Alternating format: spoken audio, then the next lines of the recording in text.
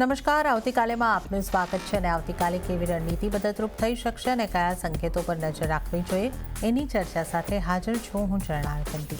તો આવતીકાલના માર્કેટ પર ચર્ચા કરતા પહેલા આજના માર્કેટને લગતા સમાચારો પર નજર કરી લઈએ. દિવસભરની સારી તેજી બાદ બજાર ઉપલા સ્તરેથી ઘટીને થયા બંધ. નિફ્ટીનું ઉપલા સ્તરેથી લગભગ 100 પોઈન્ટના ઘટાડા સાથે ક્લોઝિંગ. નવા શિખર બાદ બેંક નિફ્ટીમાં પણ આવ્યો ઘટાડો. તો મિડ કેપ ઇન્ડેક્સમાં લાલ નિશાનમાં ક્લોઝિંગ. તો બજારમાં આજે એફએમસીજી, આઈટી અને ડિફેન્સ સેક્ટરમાં ઘટાડો આવતો જોવા મળ્યો. પીએસયુ બેંક્સમાં પણ વેચવાલી વધતી જોવા મળી. સામે જ મેટલ અને રિયલ્ટી સેક્ટરમાં તેજી યથાવત રહી. ઇન્ડસઇન્ડ બેંકમાં ક્રિમિનલ ગડબડીના નથી મળ્યા કોઈ પુરાવા. મુંબઈ પોલીસે EOWનું નિવેદન. 1950 કરોડ રૂપિયાનો મામલો અકાઉન્ટિંગ એરર. કંપનીના કોઈપણ પૂર્વ સિનિયર અધિકારી સામે નથી મળ્યો કોઈ પુરાવો. CNBC TV 18ના એક્સક્લુઝિવ સમાચાર બાદ શેરમાં રહ્યો પોઝિટિવ કારોબાર. અને આવતીકાલે નિફ્ટીની દિગ્ગજ કંપની ટાટા મોટર્સ, PV અને મેક્સ હેલ્થકેરના પરિણામો થશે જાહેર. સાથે જ સિમેન્સ, મેરિકો સહિત વાયદાથી 6 કંપનીઓના પરિણામો પર પણ રહેશે નજર. તો આજની માર્કેટ એક્શનની વાત કરી લઈએ તો આજે આપણને માર્કેટમાં ઉતાર ચઢાવનો કારોબાર બનતો જોવા મળ્યો. જે રીતે આપણે જાણ્યું છે કે બેંક નિફ્ટીમાં આજે નવા સ્તર બનતા જોવા મળ્યા, પણ નવા સ્તર બન્યા બાદ ત્યાંથી ઘટાડો આવતો જોવા મળ્યો. નિફ્ટીની વાત કરીએ તો ત્યાં પણ ઉપલા સ્તરેથી એક બિહારની ચૂંટણીના પરિણામો પહેલાં આપણે માર્કેટમાં નર્વસનેસ જોઈ અને દબાણ બનતું જોવા મળ્યું છે. ઓવરઓલ માર્કેટનું ફ્લેટ ક્લોઝિંગ આપણે ચોક્કસપણે કહી શકીએ છીએ. તો નજર કરી લઈએ લેવલ વાઇઝ કઈ રીતનું ક્લોઝિંગ રહ્યું છે. આ સેન્સેક્સની વાત કરીએ તો 12 પોઈન્ટના ઘટાડા સાથે 84,478 ઉપર સેન્સેક્સ બંધ થયો છે. નિફ્ટીની વાત કરીએ તો 3 પોઈન્ટના ઘટાડા સાથે 25,879 પર નિફ્ટી બંધ થયો છે. મિડકેપમાં 0.35%નું દબાણ બન્યું છે અને મિડકેપ લાલ નિશાનમાં 60,692 ઉપર બંધ થયું છે. બેંક નિફ્ટીની વાત કરીએ તો આજે નવા સ્તર સ્પર્શ્યા બાદ ઉપલા સ્તરેથી ઘટાડો, પણ લીલા નિશાનમાં બેંક નિફ્ટી બંધ થઈ છે 58,381ના સ્તરોની આસપાસ. એડવાન્સ ડિક્લાઇન રેશિયો જોઈ લઈએ. 1,201 શેરમાં આજે લીલા નિશાનમાં મજબૂતી સાથે કારોબાર બંધ થયો, તો સામે 1,712 શેરમાં ઘટાડા તરફ દબાણ સાથે કારોબાર બંધ થયા. હવે નિફ્ટીના ટોપ ગેનર્સ અને ટોપ લૂઝર કાઉન્ટરને જોઈ લઈએ. ગેનર્સથી શરૂઆત કરીએ. એશિયન પેઇન્ટ્સમાં લગભગ 4%ની મજબૂતી બની અને આજનો ટોપ ગેનર એશિયન પેઇન્ટનું કાઉન્ટર બન્યું છે. ત્યારબાદ હિન્દાલ્કોમાં 2.21%ની મજબૂતી આવી છે. ICICI બેંકની વાત કરીએ તો ત્યાં પણ લગભગ 2%ની મજબૂતી અને ઇન્ટરગ્લોબ એવિએશન એટલે કે ઇન્ડિગોની અંદર આપણે 1.90%ની મજબૂતી બનતા જોઈ શકીએ છીએ. ત્યારબાદ L&T પાવર ગ્રીડ, બજાજ ફિન્સર્વ અને ભારતી એરટેલમાં 0.5% લઈને 1.25%ની આસપાસની મજબૂતી બનતી જોવા મળી છે.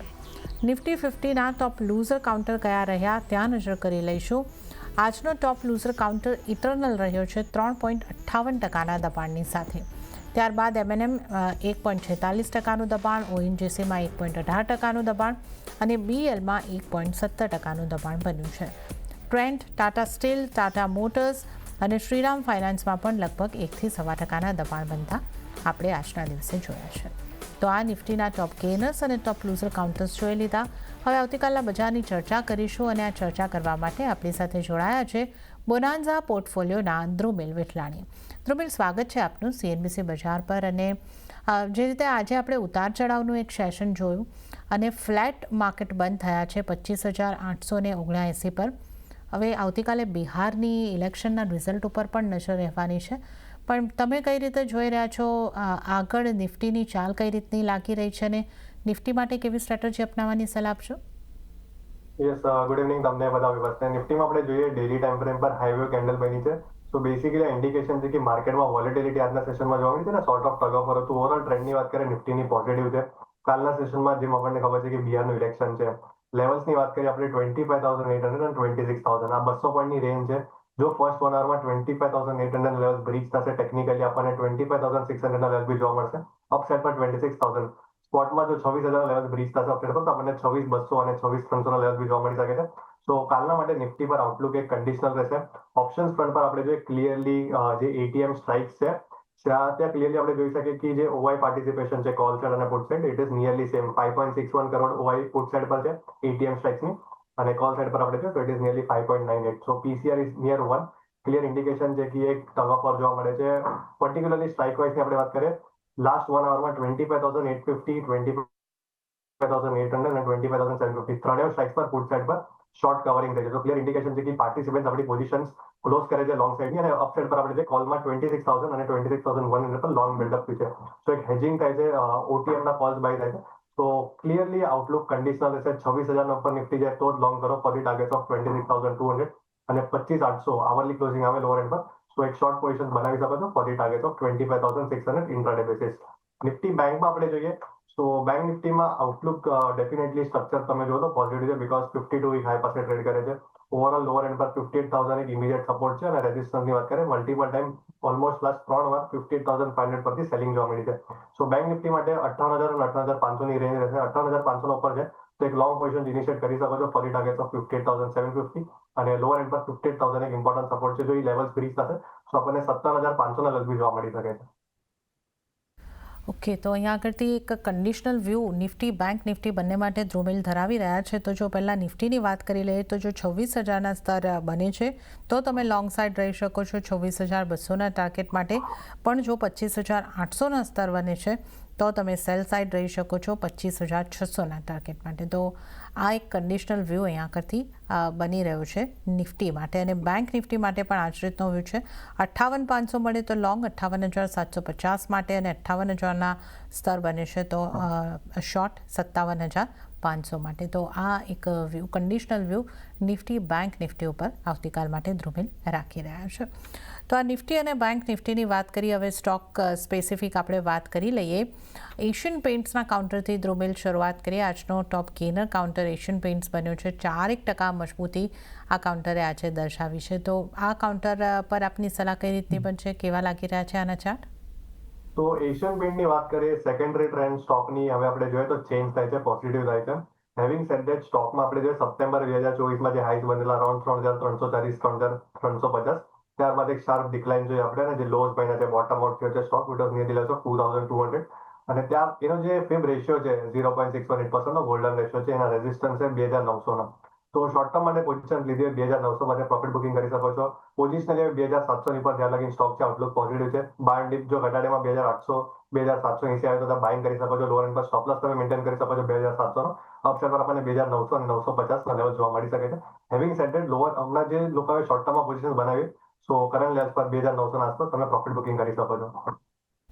ઓકે તો અત્યારે 2,900ના જો લેવલ મળે છે તો તમે અહીં આગળથી પ્રોફિટ બુકિંગ કરીને ચાલી શકો છો તો આ વ્યૂ અહીં આગળથી એશિયન પેઇન્ટ્સ ઉપર બનતો જોવા મળી રહ્યો છે પણ આપણે જો આજના દિવસે જોઈએ તો મેટલ સ્ટોકની અંદર બાઇંગ આવતું દેખાયું હિન્ડાલ્કોનો સ્ટોક 2.21% જેવો મજબૂત થતો જોવા મળ્યો છે પણ અન્ય જે ટાટા સ્ટીલ જેવા સ્ટોક છે જેમાં આપણને એક વધારે ઘટાડો 1% આસપાસનો ઘટાડો જોવા મળ્યો છે JSW steel flat to positive કામકાજ રહ્યું છે તો મેટલ સ્ટોકને કઈ રીતે જોવું જોઈએ ધ્રુમિલજી યસ સો લાસ્ટ 3-4 મહિનાથી Tata steel JSW steel we were giving long positions lately last વનમાં નાલ્કો બી આપણે આપેલો હવે જે સેકન્ડ જે ઓવરઓલ આ સ્પેસમાંથી જે નવો સ્ટોક જેમાં રેલી જોવા મળી શકે છે જેમાં એક સારું બોટમ ઓર સક્યુમ્યુલેશન છે લોઅર એન્ડ પર that is still authority of India cell limited આપણે જોઈએ કેશમાં 144.72 ની ક્લોઝિંગ આવી છે અપસાઇડ પર ઇમિડિયેટ જે સ્ટોક માટે રેઝિસ્ટન્સ છે 146 નું છે જો 146 ના લેવલ સરપાસ થશે તો ક્લિયરલી આપણને એક રેન્જ બ્રેકઆઉટ જોવા મળશે વોલ્યુમ પાર્ટિસિપેશન આપણે ક્લિયરલી જોઈએ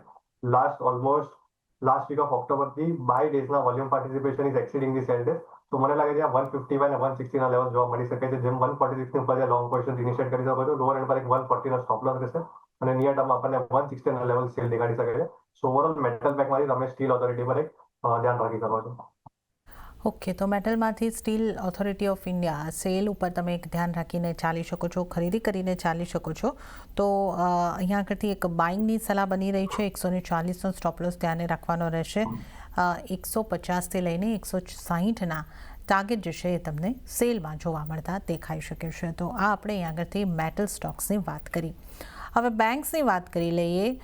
બેંક્સમાં આઈસીઆઈસીઆઈ બેંક આજે 2% જેટલી મજબૂત થતી જોવા મળી છે અને આ ઉપરાંત જો આપણે એચડીએફસી બેંકની વાત કરીએ તો ત્યાં 5%નું દબાણ હતું. એક્સિસ બેંક 5% જેવી પોઝિટિવ. તો કાઉન્ટર સ્પેસિફિક મૂવ્સ આપણને દેખાયા છે, ખાસ કરીને પ્રાઇવેટ બેંકમાંથી કોઈ કાઉન્ટર પર આપની સલાહ બનશે ધ્રુમિલજી?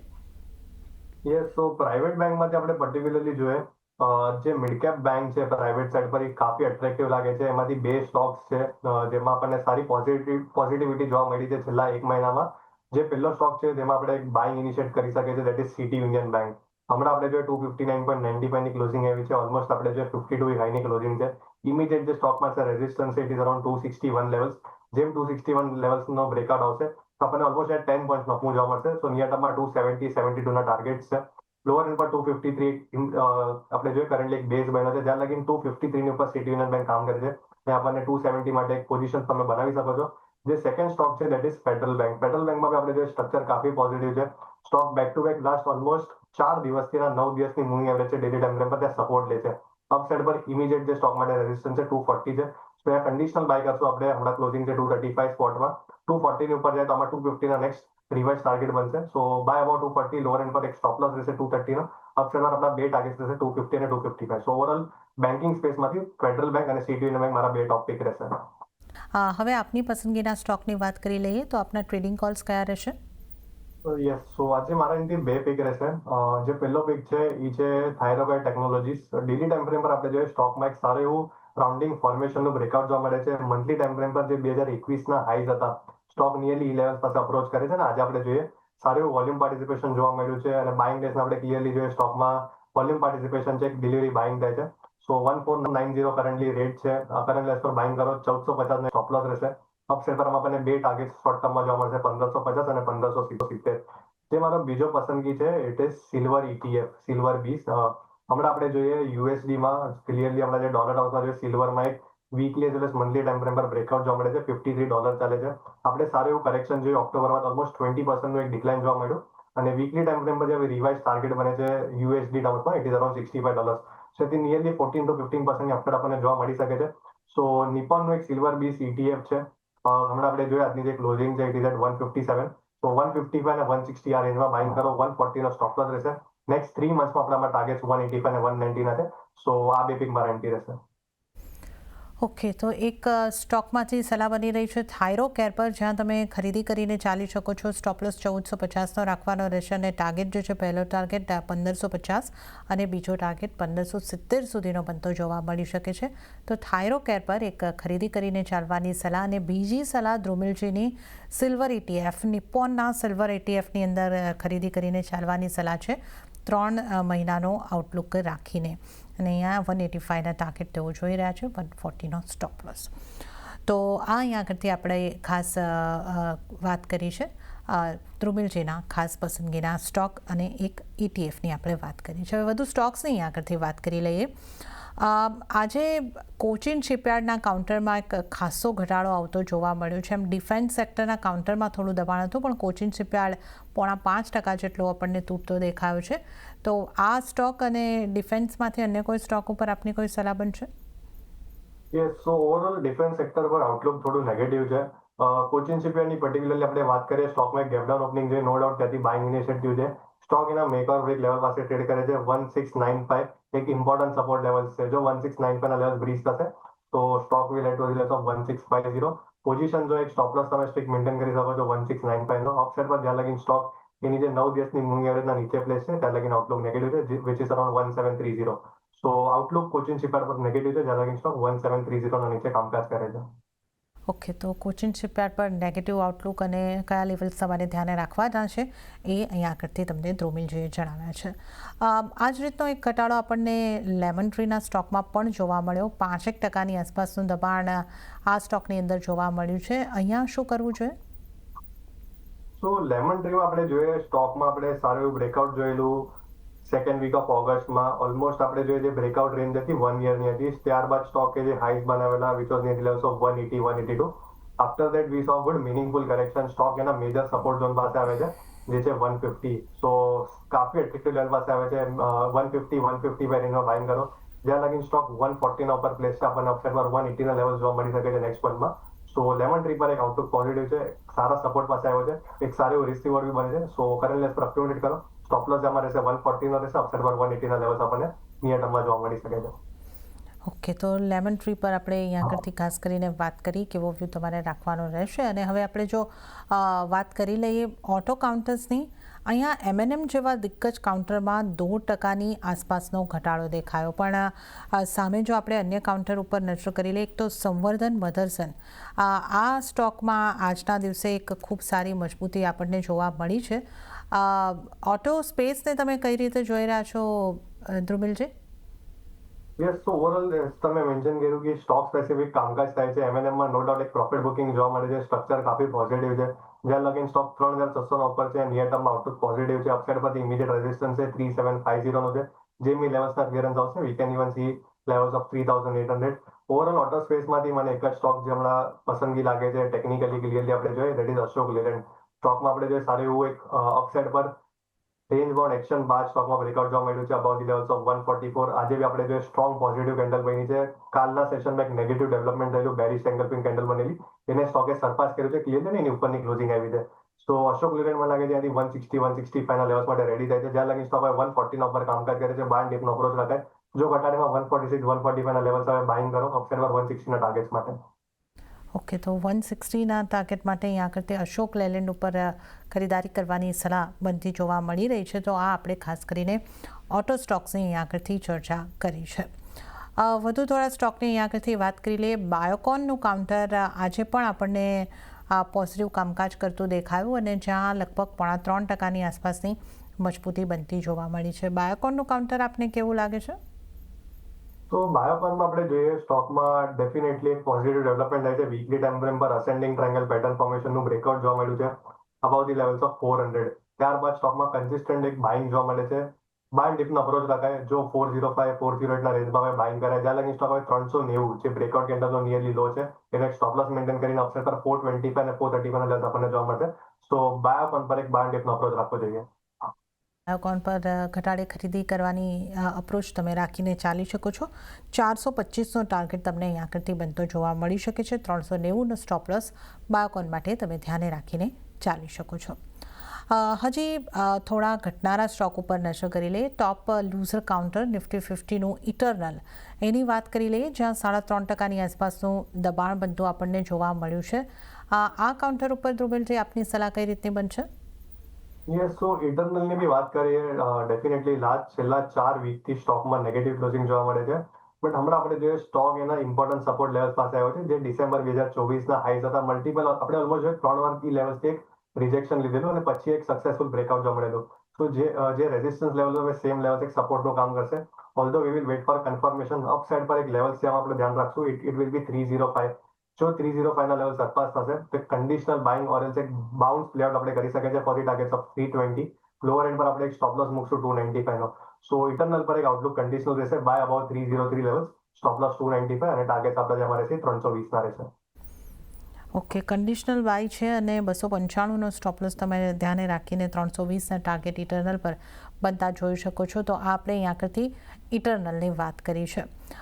એફએમસીજી સેક્ટરના થોડા સ્ટોકની વાત કરી લઈએ, કે જ્યાં આપણે જે રીતે જોઈ રહ્યા છે કે થોડું ઘટાડા તરફનું કામકાજ આપણને થતું જોવા મળ્યું છે. HUL 0.5%ની આસપાસનું દબાણ દર્શાવી રહ્યો હતો. ટાટા કન્ઝ્યુમરમાં પણ 0.5% કરતાં વધારેનું દબાણ બનતું જોવા મળ્યું છે. અહીંયા આપની કઈ રીતની સલાહ બનશે એફએમસીજીમાંથી? તો ઓવરઓલ એફએમસીજી સ્પેસ આપણે જોઈએ છેલ્લા 3 મહિનાથી એક અંડર પરફોર્મિંગ સેક્ટર રહ્યું છે.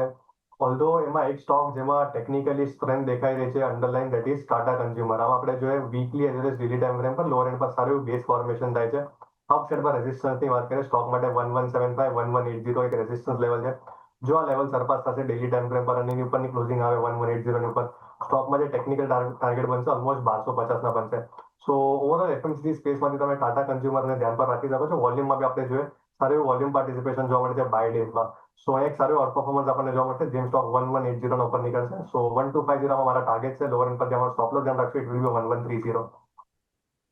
ઓકે, તો ટાટા કન્ઝ્યુમરને તમે ખાસ અહીં આગળથી ફોકસમાં રાખીને ચાલી શકો છો. તો આપણે અહીંયા એફએમસીજીમાંથી કેવી રણનીતિ અપનાવવાની રહેશે એની પણ વાત કરી. અને હવે જો આઈટીની વાત કરી લઈએ, આઈટીમાં ગઈકાલે આપણે સારી ખરીદારી આવતા જોઈ હતી, પણ આજે મોટાભાગના કાઉન્ટરમાં આપણે દબાણ જોઈ રહ્યા છીએ, જેમાં ઇન્ફોસિસમાં 0.5% આસપાસનું દબાણ છે, એચસીએલ ટેકમાં થોડી 5% આસપાસની પોઝિટિવિટી છે, વિપ્રો લગભગ ફ્લેટ રહ્યો છે. તો કઈ રીતે તમે અહીં આગળથી જોઈ રહ્યા છો આઈટી સેક્ટરના કાઉન્ટર્સને, અને કયા કાઉન્ટર પર તમારી ખાસ સલાહ રહેશે? તો યસ, આઈટી સેક્ટરની આપણે વાત કરીએ, ઇન્ડેક્સ લેવલ પર એક પ્રોફિટ બુકિંગ જોવા મળ્યું છે. સારું એવું રનઅપ જોયું આપણે last almost 4 to 5%નું.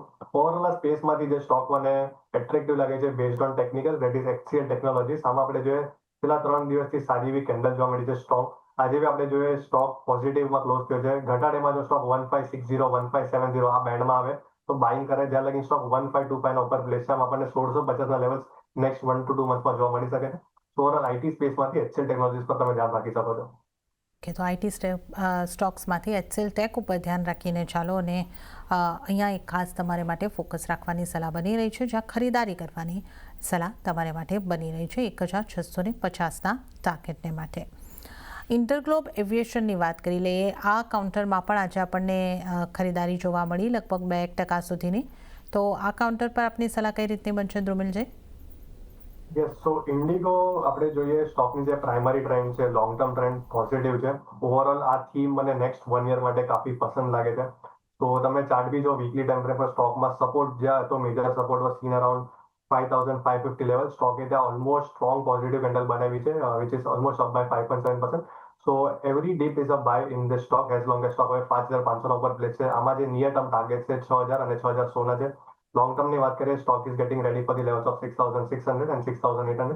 So Indigo is looking very strong. Daily time frame પર બી આપણે જોઈએ સ્ટોકમાં અપસાઇડ એક ફોલિંગ ટ્રેન્ડ લાઈન આવતી હતી, એનું આજે બ્રેકઆઉટ કન્ફર્મેશન જોવા મળ્યું છે. તો જો માર્કેટમાં ઘટાડો આવે તો આને ઇન્ડિગો 5750 5750 આવે.